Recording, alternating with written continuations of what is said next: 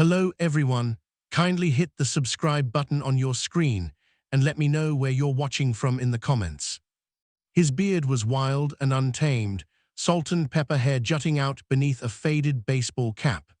The coat he wore hung loosely on his frame, patches visible where repairs had been attempted with varying degrees of success. "Is that smell coming from him?"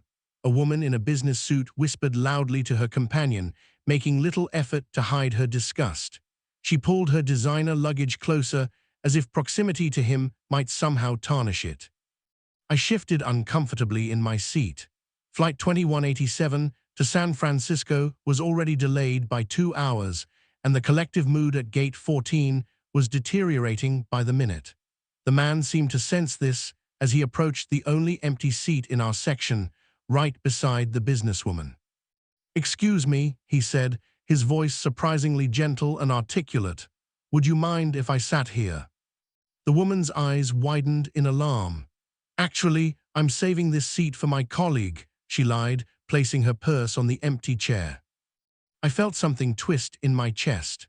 The man nodded politely and moved on without protest, eventually settling on the floor against a wall, his duffel bag serving as a makeshift pillow. He didn't seem bothered by the rejection, almost as if he'd expected it. "They really need to enforce some kind of dress code for passengers," a man in golf attire said loudly enough for half the gate to hear. "This isn't a homeless shelter." A few people chuckled. Others pretended not to notice, burying their faces deeper in their phones.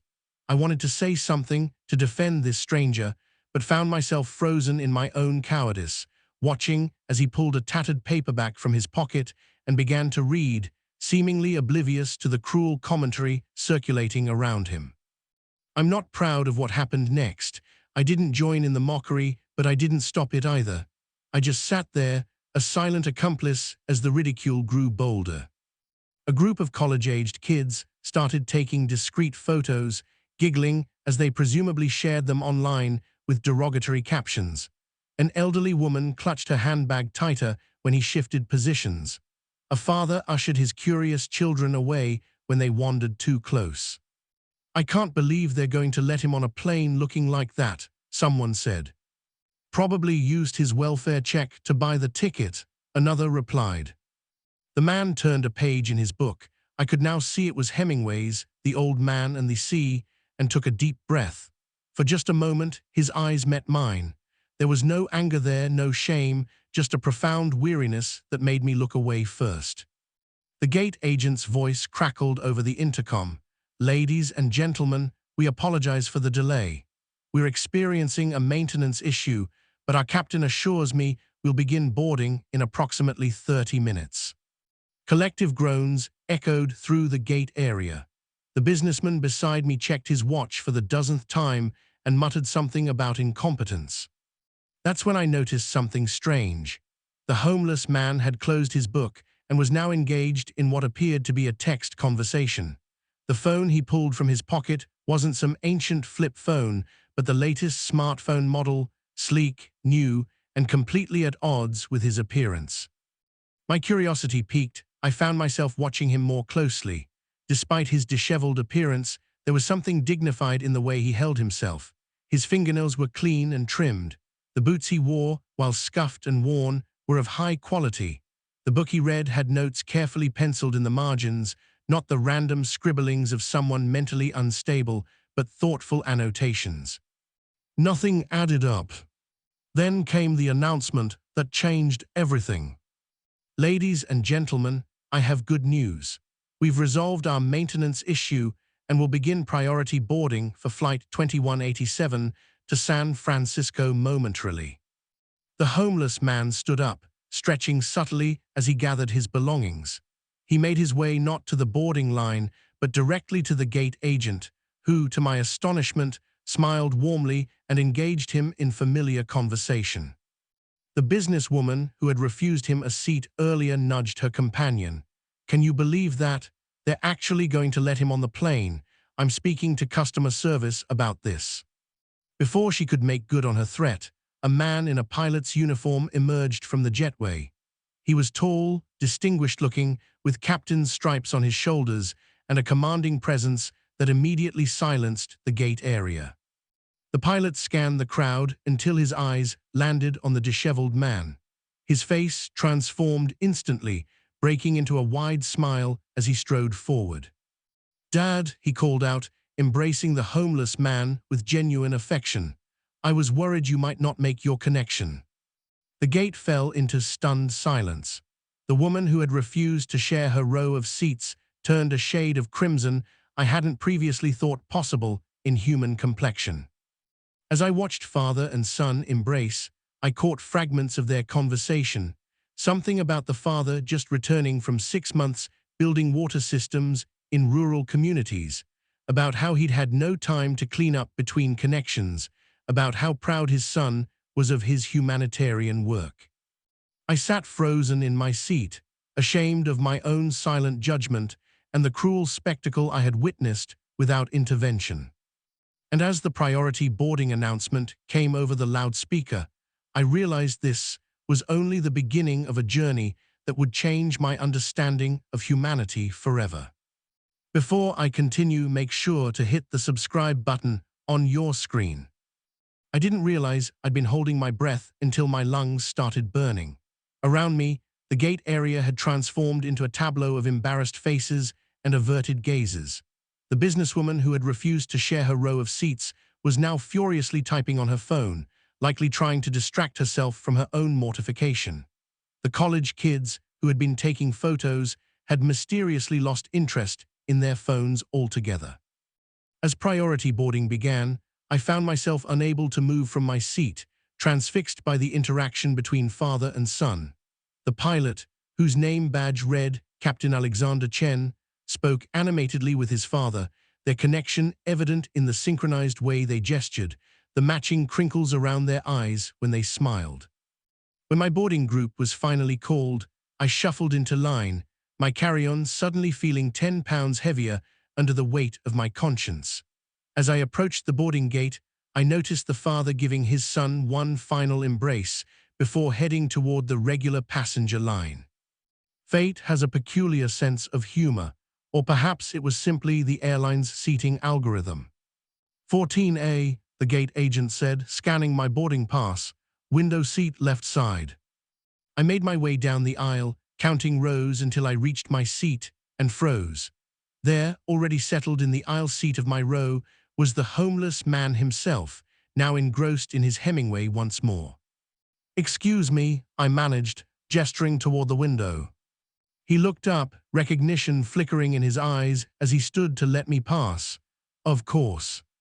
As I settled into my seat, an awkward silence stretched between us. What do you say to someone you've just watched being openly ridiculed while you did nothing?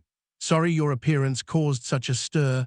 Congratulations on having a son who flies planes." He solved the dilemma for me. "First time to San Francisco?" he asked, marking his place in his book with a tattered boarding pass. "No," I replied, grateful for the neutral opening. "Business trip. I go about once a month. You?" "Going home, actually, finally."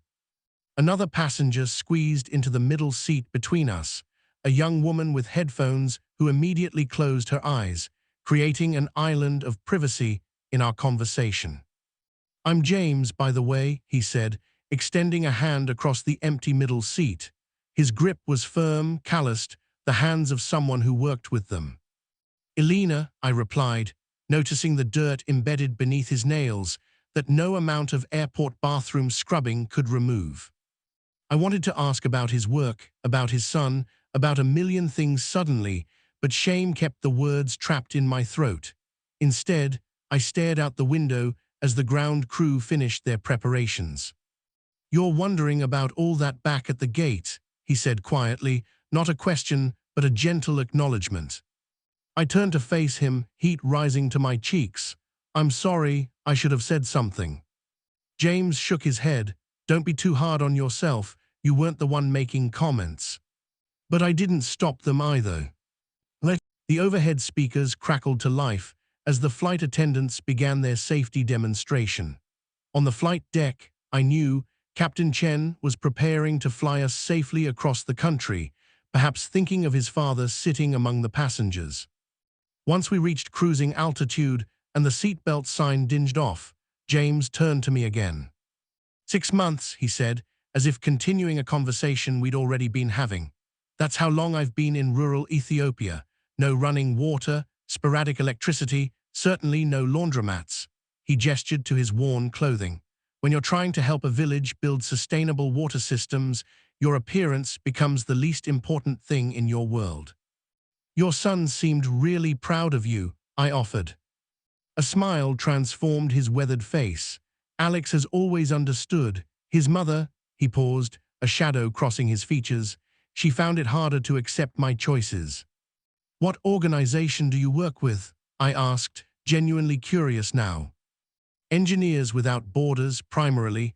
I used to work for a major construction firm in San Francisco, designed skyscrapers, made obscene amounts of money, had the penthouse apartment with views of the bay. He looked down at his worn hands. Then the earthquake hit Papua New Guinea in 2018. The middle seat passenger shifted in her sleep, momentarily interrupting us. I watched the news coverage for days, James continued more quietly.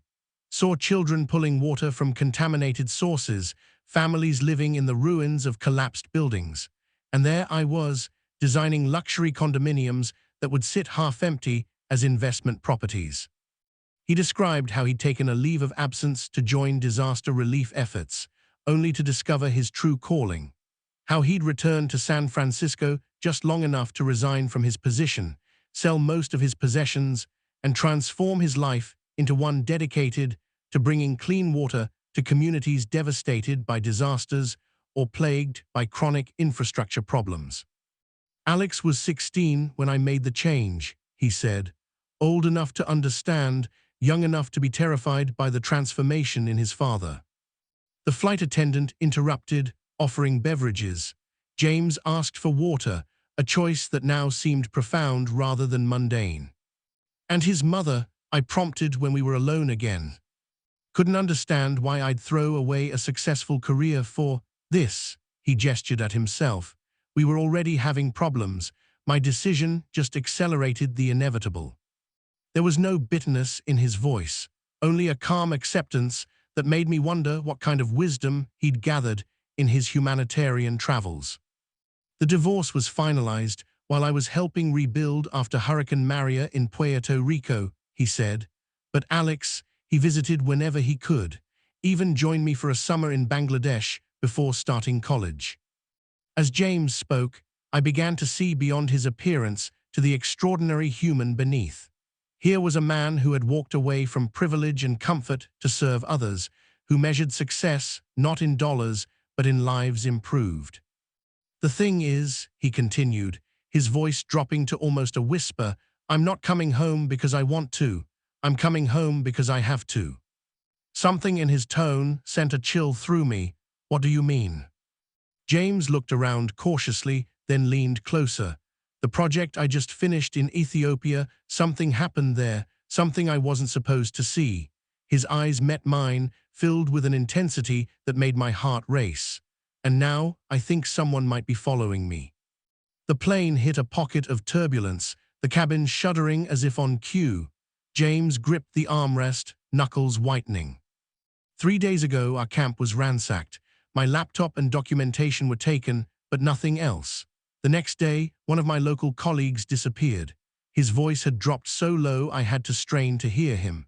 Then yesterday, at my layover in Frankfurt, I noticed the same man in both terminals I visited, always keeping his distance, always watching. Have you told the authorities? I whispered back. Who? The Ethiopian police, the German airport security? I have no proof, just a feeling and circumstances that could be coincidental. He leaned back, suddenly looking exhausted. Besides, what I discovered involves people with connections, powerful connections. What exactly did you discover? I asked, my journalist's instincts suddenly firing on all cylinders, a detail about myself I hadn't shared with him.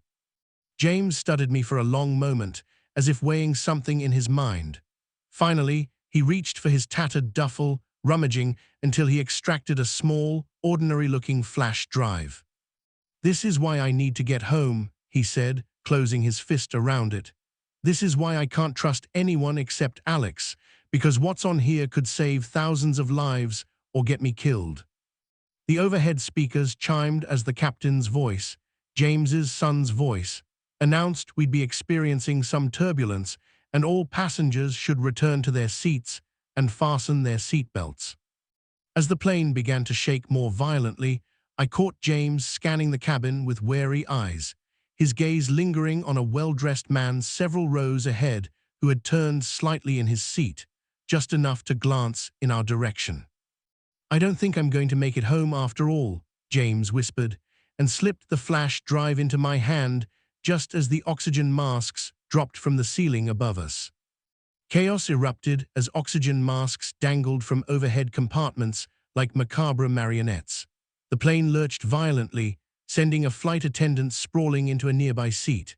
I fumbled with my mask with trembling fingers, the flash drive clutched so tightly in my palm that its edges bit into my skin. "Remember to secure your own mask before helping others," a disembodied voice instructed through the intercom, eerily calm amid the panic. Beside me, James had already donned his mask, his eyes not on the ceiling instructions, but fixed on the well-dressed man several rows ahead. Even as the aircraft pitched and rolled, this stranger had turned fully in his seat now, staring directly at us with a coldness that sent shivers down my spine despite the cabin's warmth. "Listen to me," James's voice came muffled through his mask. "If anything happens, get that to Alex. Tell him it's about Operation Clearwater. He'll understand." "Nothing's going to happen," I insisted, though the violent shaking of the plane made my words sound hollow even to my own ears. "We are going to be fine." The truth was, I had no idea if we would be fine. What I did know was that I'd somehow become entangled in something far beyond a chance airplane encounter. I'm a journalist. I should have mentioned that earlier with the San Francisco Chronicle. Instinct and training had me mentally recording every detail, every nuance of this unfolding story, even as survival instinct had my heart hammering against my ribs. "Ladies and gentlemen, this is Captain Chen speaking." The voice that cut through the cabin was steady, authoritative, a son working to save the passengers, his father among them. "We've hit unexpected clear air turbulence. I've turned on the fasten seatbelt sign and deployed oxygen masks as a precaution. Please remain calm and seated. We're diverting to Denver for an emergency landing." The plane gradually stabilized, though not enough to retract the oxygen masks. I noticed the suspicious man whispering into his watch, not checking the time, but speaking into it in a manner that seemed too deliberate for the circumstances. "What exactly is Operation Clearwater?" I whispered to James, slipping the flash drive into my bra, the safest place I could think to conceal it. James's eyes met mine, pain and determination warring within them. Evidence that someone's deliberately sabotaging water purification efforts in developing nations. Not just any someone, Aquapure Corporation. The name landed like a stone in my stomach. Aquapure was one of the largest private water infrastructure companies in the world, with government contracts worth billions. They'd been the subject of a piece I'd started researching months ago, allegations of price gouging in drought-stricken regions, but the story had mysteriously lost support from my editors. "They've been installing filtration systems designed to fail after international inspectors leave," James continued, his voice barely audible over the engine noise. "When systems fail, disease outbreaks follow. Then Aquapure swoops in with emergency solutions at triple the cost, locked into decade-long contracts." "You have proof?" I asked, journalist instincts fully engaged now. "Water samples, internal memos, delivery manifests showing different materials than what was documented. And video," his voice caught. "Video of an Aquapure executive explaining the strategy to regional managers in Addis Ababa. They don't know I was there." The plane banked sharply, beginning its descent toward Denver.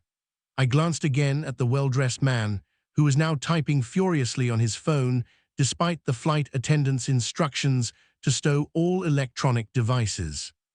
"James," I said slowly, "how would they have found you?" His smile was bitter beneath the oxygen mask, because I was careful enough to send encrypted emails to the UN Water Commission and the World Health Organization, but not careful enough to realize my laptop had been compromised. They've been reading everything for weeks. The landing gear deployed with a mechanical groan. Denver's sprawling landscape came into view below as Captain Chen's voice returned to the intercom, walking us through emergency landing procedures with the measured confidence of a man who had trained his entire career for moments like this. "If we get separated," James said urgently, "there's a coffee shop in Union Square called Beantastic. Alex goes there every Sunday morning at 9. Find him there." "We're not going to get separated," I insisted, though something in my voice lacked conviction. The touchdown was harder than normal, but controlled, a testament to the skill of James's son. As we taxied toward the terminal, flight attendants moved through the cabin checking on passengers. The suspicious man had vanished from my sight line, which somehow worried me more than seeing him. "Ladies and gentlemen, we've landed safely at Denver International Airport," Captain Chen announced. "Please remain seated until we reach the gate. Medical personnel will board to check on anyone experiencing distress." James sagged in relief, removing his oxygen mask as they were retracted. Alex always was good under pressure, even as a boy. There was such pride in his voice, such love, that I felt my eyes stinging. Here was a man who had walked away from comfort to help others, who had uncovered corruption that threatened thousands of lives, and whose primary concern was still the son he'd raised to fly safely through storms. When we finally reached the gate, passengers disembarked in a subdued procession. James stayed close beside me, his eyes constantly scanning the crowd. On the jetway, Captain Chen stood greeting passengers, offering reassurances and apologies for the frightening experience. When James reached his son, the professional decorum broke. Captain Chen embraced his father fiercely, regulations momentarily forgotten in the face of family bonds tested by fear. "You okay, Dad?" I heard him ask, examining his father's face. "Thanks to you," James replied. "Your mother always said you had steady hands." The mention of his ex-wife brought a complicated expression to the captain's face: pain, nostalgia, something unresolved. "She called last week, you know, asked about you." James's eyebrows rose in surprise, but before he could respond, I noticed the well-dressed man from the plane. He stood at the terminal entrance, speaking to an airport security officer while pointing subtly in our direction. "We need to move," I murmured, touching James's elbow. "Now." James followed my gaze and tensed. "Alex," he said quickly, "this is Elena. She's a journalist, and she has something very important that I need to show you when you're done here." Captain Chen looked confused, but nodded sharply. "I have to finish the incident reports. Meet me at the pilot's lounge in 2 hours, North Terminal, near Gate 38. We parted ways, James and I hurrying through the terminal as the suspicious man broke away from the security officer and began moving in our direction. We weaved through crowds of travelers, ducking into a busy restaurant and out its side entrance. "We need somewhere private to look at what's on this drive," I said, leading us toward an airport lounge I had access to through my press credentials. Just as we rounded the corner toward the lounge entrance, James stopped abruptly, his face draining of color. Standing directly in our path were 3 men in dark suits, their postures too rigid to be ordinary travelers. "There's another way," James whispered, pulling me toward a service corridor. We slipped through the door just as I heard someone call out, "Mr. Chen, airport security, we need to speak with you." The service corridor was narrow and dimly lit. James moved with surprising speed for a man his age, navigating the twisting hallway until we reached a maintenance room. He ushered me inside and locked the door behind us. "They're not airport security," he panted, leaning against the door. "Elena, I need you to look at that drive now, if something happens to me." "Nothing is going to happen to you," I insisted, though the pounding on the door that suddenly erupted suggested otherwise. With shaking hands, I retrieved the flash drive and pulled out my laptop. As I plugged it in, James dragged a heavy metal shelf in front of the door, buying us precious seconds. The files loaded, hundreds of documents, photos, videos. I clicked open the first video file, and what I saw made my blood freeze.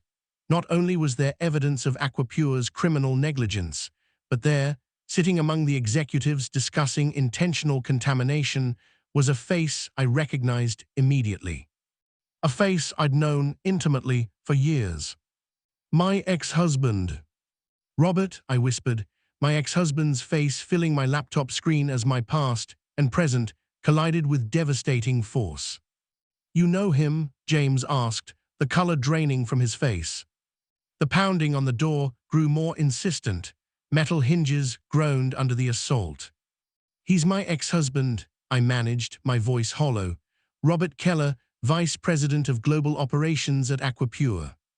Memories cascaded through my mind, Robert's late nights, secretive phone calls, unexpected trips to developing nations. I'd attributed his distance to ambition, his secrecy to corporate confidentiality. How blind I had been, or perhaps how blind I had chosen to be.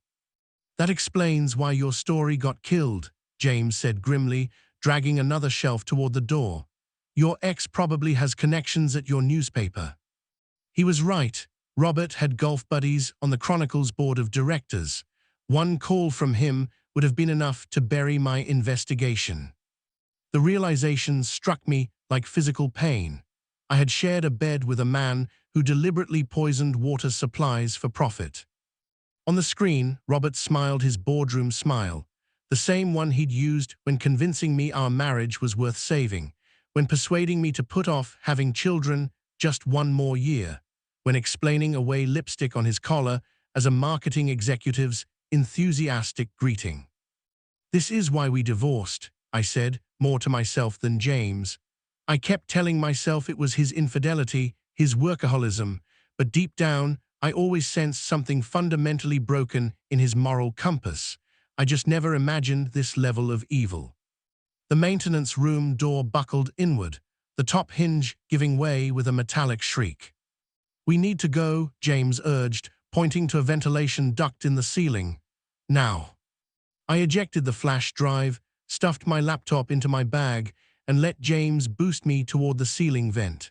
My fingers worked frantically to loosen the grate as the door splintered behind us.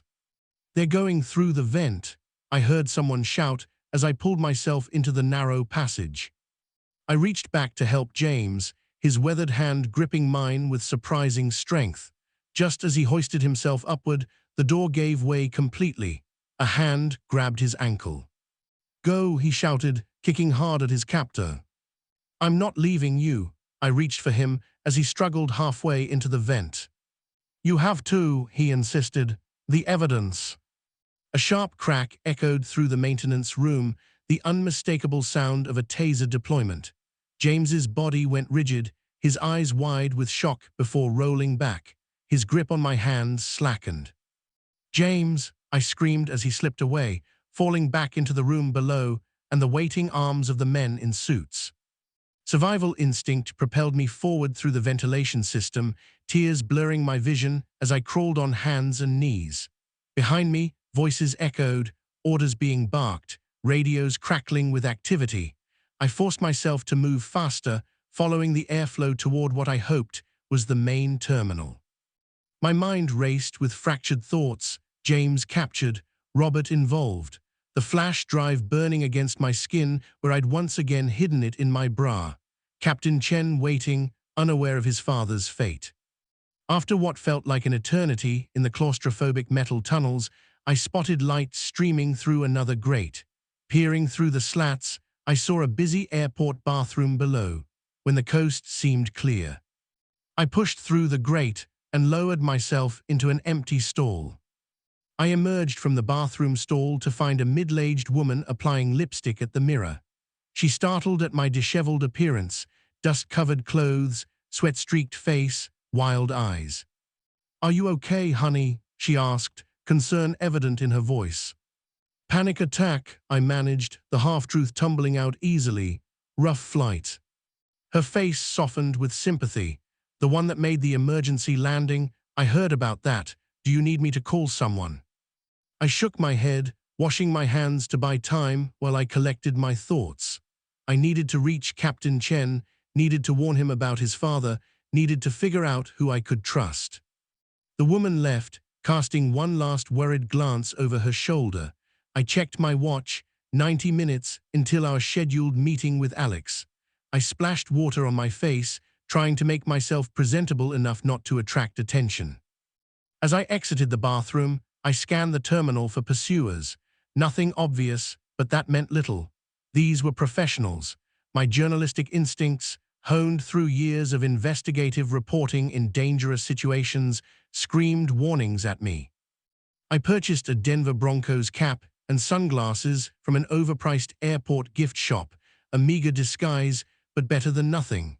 Then I called the one person in Denver I knew I could trust. Sasha, it's Alina. I need your help, and I can't explain why over the phone. My college roommate, now an attorney for the ACLU in Denver, didn't hesitate. Where are you? 15 minutes later, I sat in Sasha's car in the short-term parking lot, pouring out the incredible story while she listened in stunned silence.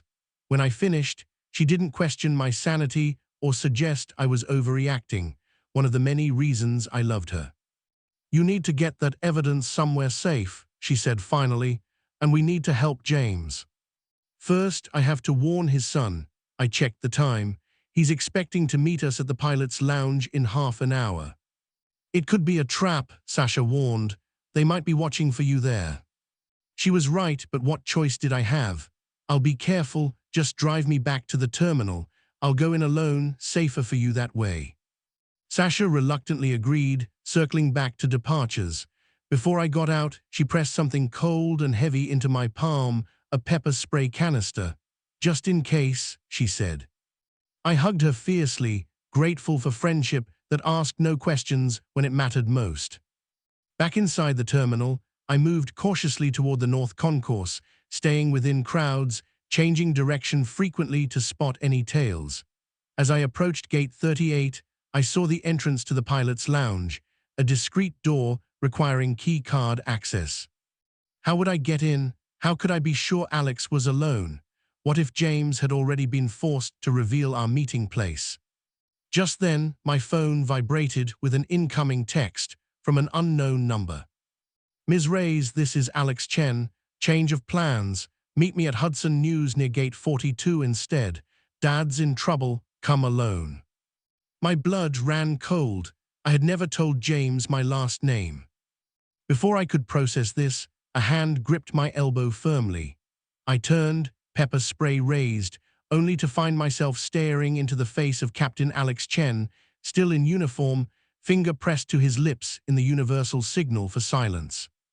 Don't react, he whispered, getting me toward a service door. They have my father, and they're using my identity to find you. How did you know? Dad managed to send me a code word we established years ago for emergencies only. His face was grim, his eyes mirrors of his father's determination. It means he's been compromised, but the mission continues.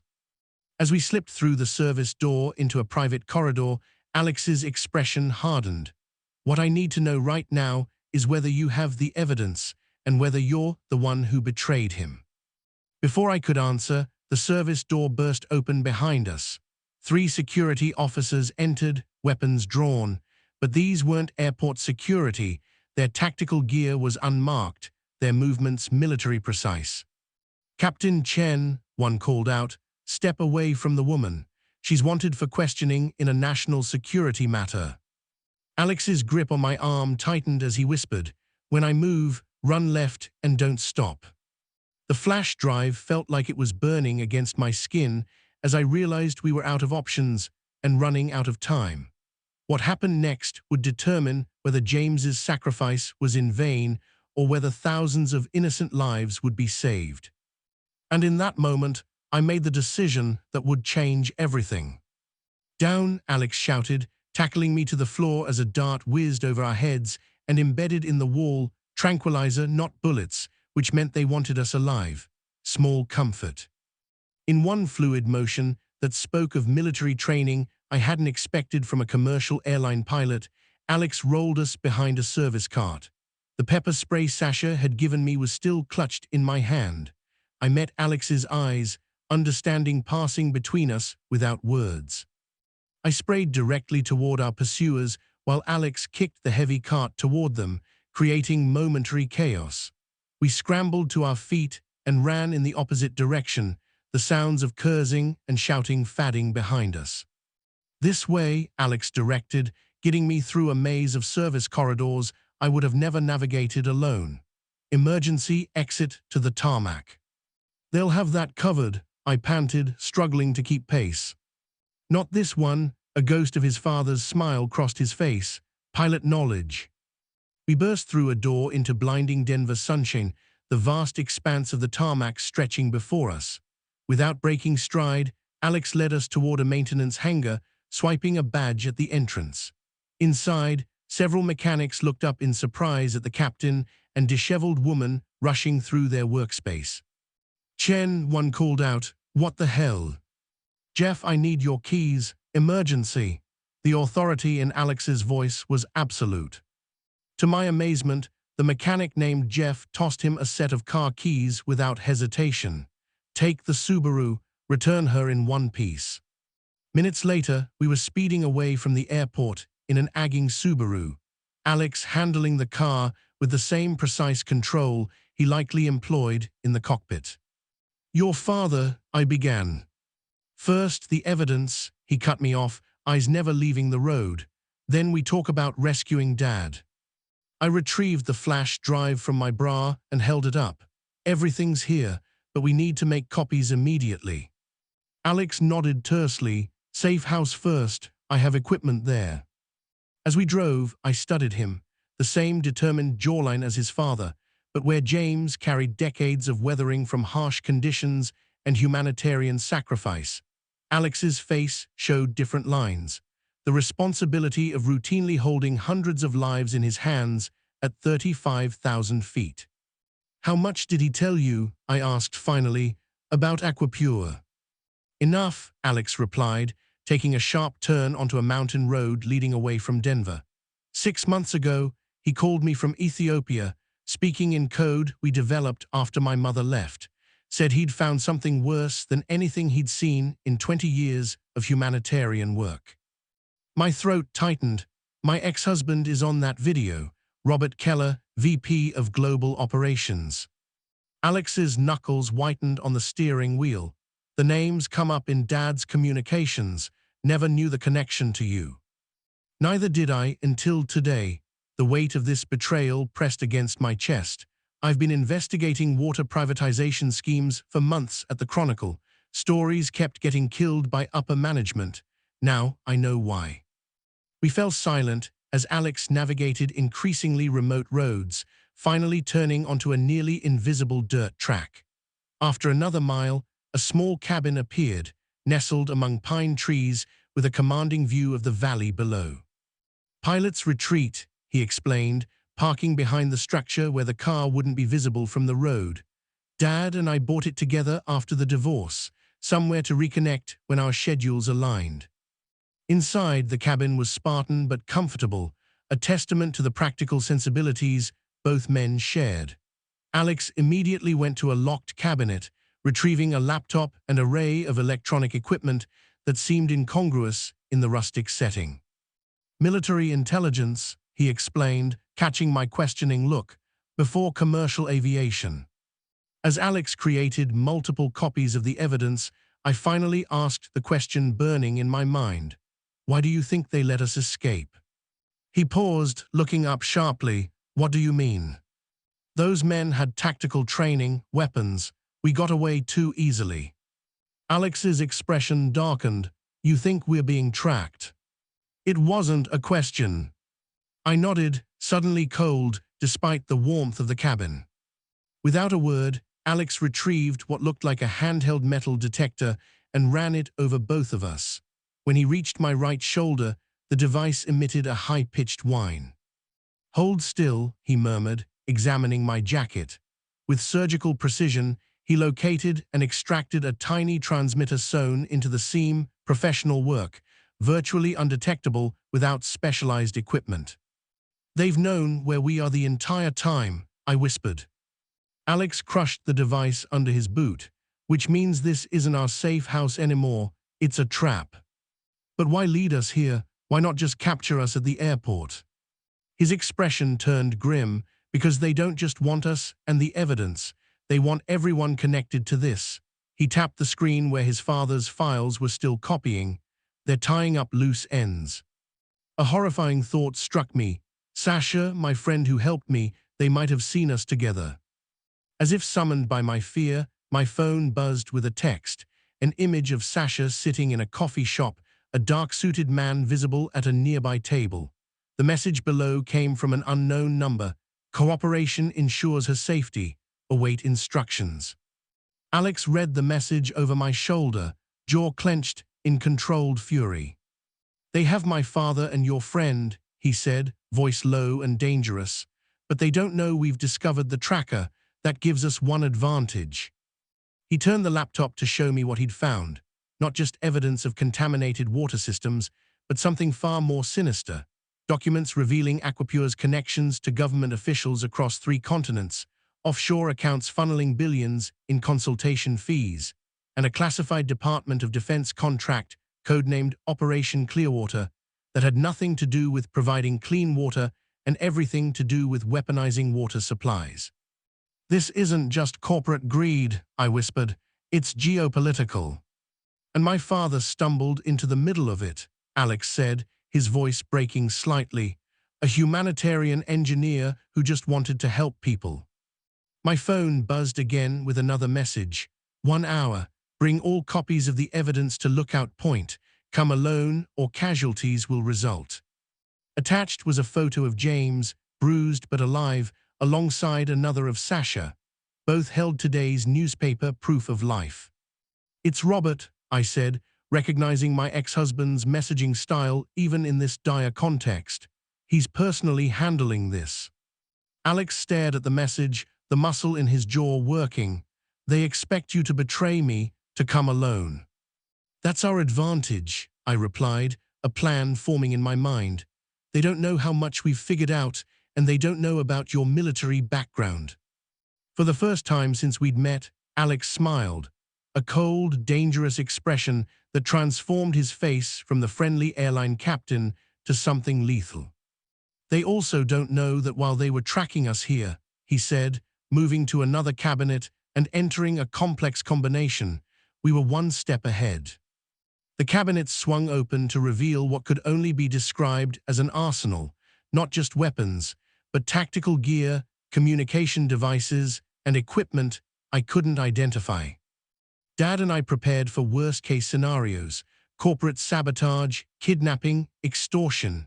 Alex's eyes met mine, filled with a soldier's resolve, but we never imagined we'd be fighting against American contractors on American soil.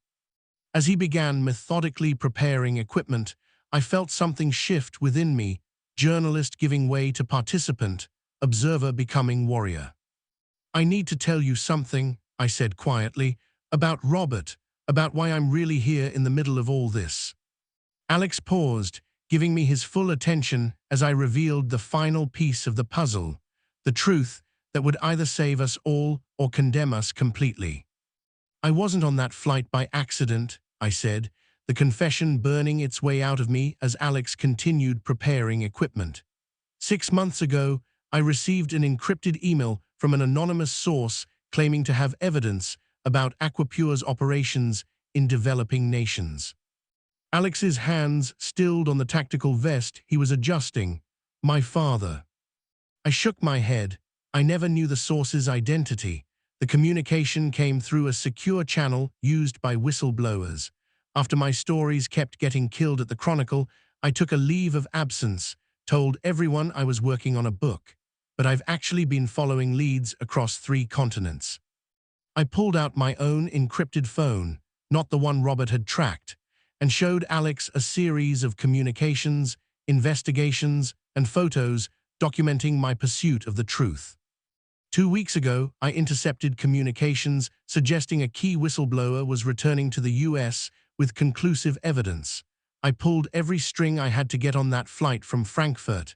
My voice caught. I was tracking your father before I ever met him. I knew what he looked like, what he'd discovered. I was sitting near him at the gate deliberately. Understanding dawned in Alex's eyes. You were protecting him before you even spoke to him. I failed, I whispered, the guilt crushing. And there's more. Robert doesn't just want the evidence, he wants me. Why? I took a deep breath. Because I have access to something he needs desperately, the identity of someone inside Aquapure who's been feeding me information for years. Someone so highly placed they could bring down not just the company, but the entire network of government officials involved in Operation Clearwater. Who is it? Alex asked, strapping on a shoulder holster. His wife, I said. Robert's current wife, Margaret Keller, formerly Margaret Wilson, Deputy Director of the EPA's Clean Water Initiative, before she married Robert last year. Alex's eyebrows shot up. She's the inside source. I nodded. She married him to gain access to evidence after her brother died from a mysterious illness in Guatemala, right after Aquapure installed new purification systems there. She's been gathering evidence for months, but needed James's documentation to complete the puzzle. And Robert suspects her. He knows someone close is leaking information. Margaret warned me 3 days ago that he was closing in on her. That's why I had to find James before Robert did. I checked my watch, 40 minutes until the deadline. If we don't handle this exactly right, both our sources die, along with Sasha. Alex finished his preparations, now resembling the Special Forces operative he once was rather than a commercial airline pilot. You've been fighting this battle longer than I realized, Elena, but now we finish it together. He outlined his plan, bold, dangerous, but leveraging our one advantage. They didn't know we'd discovered the tracker. We would make them believe I was following their instructions while Alex executed a flanking maneuver using his intimate knowledge of the terrain. As we made final preparations, Alex handed me a secure communication device. Once they have you, they'll search you and take the flash drive. This looks like a normal breath mint container, but it's actually a recording device and emergency beacon. Bite down hard on one of the mints if you're in danger. What about the evidence? I asked. Already uploaded to secure servers with dead man switches. If neither of us enters confirmation codes every 3 hours, the evidence releases to the FBI, Interpol, and 17 news organizations simultaneously. His expression softened momentarily. Dad taught me to always have backups. We exited the cabin, deliberately leaving signs of hasty departure to maintain the illusion that we still believed we were in a safe location. I took the Subaru, driving openly toward Lookout Point, while Alex disappeared into the forest with his gear. The winding mountain road gave me time to prepare mentally for facing Robert again. Our marriage had ended 3 years ago after I discovered his multiple infidelities, but the wounds remained fresh. I'd once loved this man, once believed in his ambition and drive. Now I understood that the charming facade had always hidden a monster willing to poison thousands for profit. Lookout Point was aptly named, a scenic overlook with panoramic views of the Rocky Mountains, and more importantly for Robert's purposes, limited access points and clear sightlines. As I parked and stepped out of the car, clutching a laptop bag containing the flash drive, I counted 4 men positioned strategically around the area, trying not to reveal that I'd spotted them. Robert stood at the railing, still handsome in his tailored suit, looking for all the world like a successful executive, enjoying the view rather than a corporate criminal orchestrating kidnapping and extortion. When he turned and saw me, his practiced smile emerged, the same one he'd used to win clients, seduce secretaries, and convince me to forgive his mistakes. Elena, he called, as if greeting me for a pleasant lunch date. Right on time, as always, one of your more admirable traits. I approached slowly, scanning for James and Sasha. Where are they, Robert? Safe, he replied smoothly. For now, do you have what James Chen stole from us? It's not stealing when you're exposing crimes, I countered, stopping several feet away. Operation Clearwater? Really? Weaponizing water supplies? How many people have died because of you? Something darkened in Robert's eyes, a glimpse of the true man beneath the polished exterior. Collateral damage in service of national interests. The world is more complicated than your bleeding heart journalism acknowledges, Elena. Show me James and Sasha first, I demanded. Robert nodded to someone behind me. A black SUV with tinted windows pulled up, and two men escorted James and Sasha out. They looked unharmed beyond James's earlier injuries, though Sasha's terrified eyes broke my heart. Now the evidence, Robert extended his hand. Let them go first. He laughed, the sound chilling in its familiarity. You're not in a position to negotiate, Elena. Give me the drive and the name of your source inside Aquapure, and I'll consider releasing your friends. If anything happens to them, the evidence goes public, I warned. A bluff, Robert dismissed. You haven't had time to set up proper distribution channels. I stared into the eyes of the man I once believed I would grow old with. You never really knew me at all, did you, Robert? Something in my tone gave him pause. Before he could respond, a distant crack echoed across the mountainside, a rifle shot. One of Robert's men crumpled to the ground, then another. Confusion erupted as the remaining men drew weapons, scanning the tree line frantically. Alex had made his move. I used the distraction to lunge at Robert, driving my knee into his stomach with all the rage of a woman betrayed not just personally, but morally. He doubled over, gasping, as I called out to Sasha and James, run, into the trees. Robert recovered quickly, grabbing my arm with bruising force. You stupid bitch, he hissed, mask of civility completely gone. Do you have any idea who you're dealing with? This goes beyond Aquapure, beyond the government. The people behind this will hunt you forever. Let her go, Robert, a woman's voice commanded. We both turned to see Margaret Keller emerging from the SUV, a pistol trained steadily on her husband. Margaret, Robert's confusion was almost comical. What are you doing? What I should have done months ago, she replied, her elegance undiminished by the deadly weapon in her manicured hands. My brother was 29 when your purification system killed him. I've watched you celebrate record profits built on thousands of deaths. Understanding dawned on Robert's face. You're the leak. And I've been recording every conversation we've had for the past year, she confirmed, including your call to Senator Davis about eliminating loose ends in Ethiopia. Robert's remaining men had their weapons trained on Margaret now, awaiting orders. The standoff stretched, tension crackling in the mountain air. Tell them to stand down, Margaret said. It's over, Robert. His face contorted with rage. Shoot her. What happened next unfolded in heartbeats. I threw myself at Margaret as gunfire erupted. Pain seared through my shoulder. Maury shots, precision fire from the tree line as Alex eliminated Robert's men with military efficiency. Through a haze of pain, I saw Robert running toward the SUV. James, who had been working his way back toward us instead of fleeing, tackled him with the full force of a man who had spent decades building water systems in challenging terrain. They grappled on the ground, Robert's manicured hands contrasting with James's weathered ones as they fought for control. A final shot rang out. Robert went still. Margaret stood over them, gun still raised, a thin wisp of smoke curling from the barrel. For my brother, she whispered. In the aftermath, as sirens wailed in the distance, Alex had called in federal authorities. The moment the confrontation began, James knelt beside me, applying pressure to my shoulder wound. Hang on, Elena, he urged, his kind eyes filled with concern. Help is coming. The evidence, I managed through gritted teeth. Safe, he assured me. Margaret's testimony will corroborate everything. The whole operation is exposed.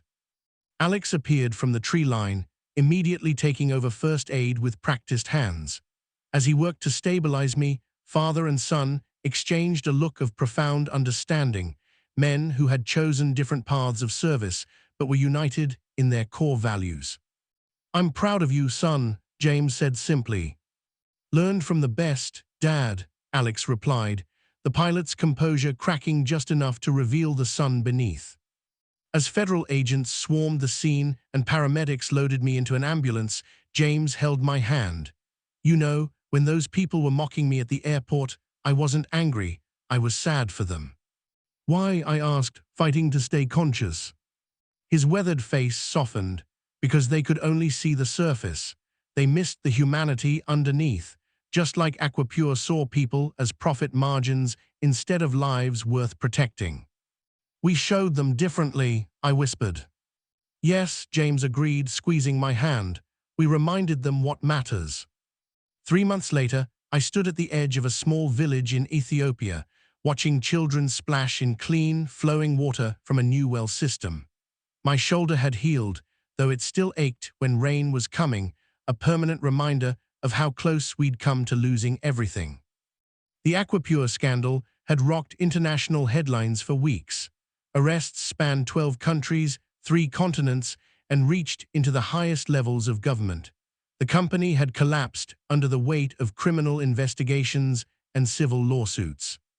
James stood beside me, supervising the installation of the village's permanent filtration system, the first project of the newly established Chen Foundation for Clean Water Access, funded by the substantial whistleblower rewards Margaret had redirected to the cause. "They don't look at you like you're homeless anymore," I observed, nodding toward the group of American volunteers working alongside local laborers, former executives seeking redemption through service. James chuckled, his beard now neatly trimmed but still present. "External appearances matter less when your purpose is clear." Alex emerged from a nearby tent, flight uniform exchanged for work clothes stained with honest dirt. He had taken an extended leave from the airline to help his father expand the foundation's work. As the 3 of us stood watching the children play in water that would nourish rather than poison them, I thought about the journey that had brought us here, from an airport gate where a disheveled man had been judged and mocked, to this moment of quiet triumph. "You know," Alex said, breaking the comfortable silence, "when I was a kid, Dad used to tell me that the measure of a life well lived isn't in what you accumulate, but in what you contribute." James smiled, the lines around his eyes deepening with pride. "And look what you've contributed, son." I took their picture there, the pilot and the homeless man, father and son united in purpose, to accompany the final article in my series exposing the global water conspiracy. The Pulitzer Committee had already been in touch, but that mattered less than this moment, seeing the tangible impact of courage, persistence, and the willingness to look beyond appearances to the humanity beneath. That night, as we sat around a campfire with village elders, James leaned over and whispered, "You know, sometimes the most important journeys begin with someone willing to see us for who we really are, not what we appear to be." I nodded, watching the flames dance against the African night sky, remembering the airport gate where it all began. How easy it would have been to look away, to judge by appearance, to remain silent in the face of cruelty. How much we all would have lost. And in that moment, surrounded by the sounds of children laughing and clean water flowing, I understood that the greatest stories aren't just the ones we write, they're the ones we choose to live. Thank you for joining me on this emotional journey. I hope this story reminded you that appearances can be deceiving and that true courage often comes from unexpected places. Did you see that final twist coming? What was your favorite part of the story? I'd be deeply honored if you'd subscribe to support more storytelling like this, and please share your thoughts in the comments below. Your engagement means everything to me as a writer.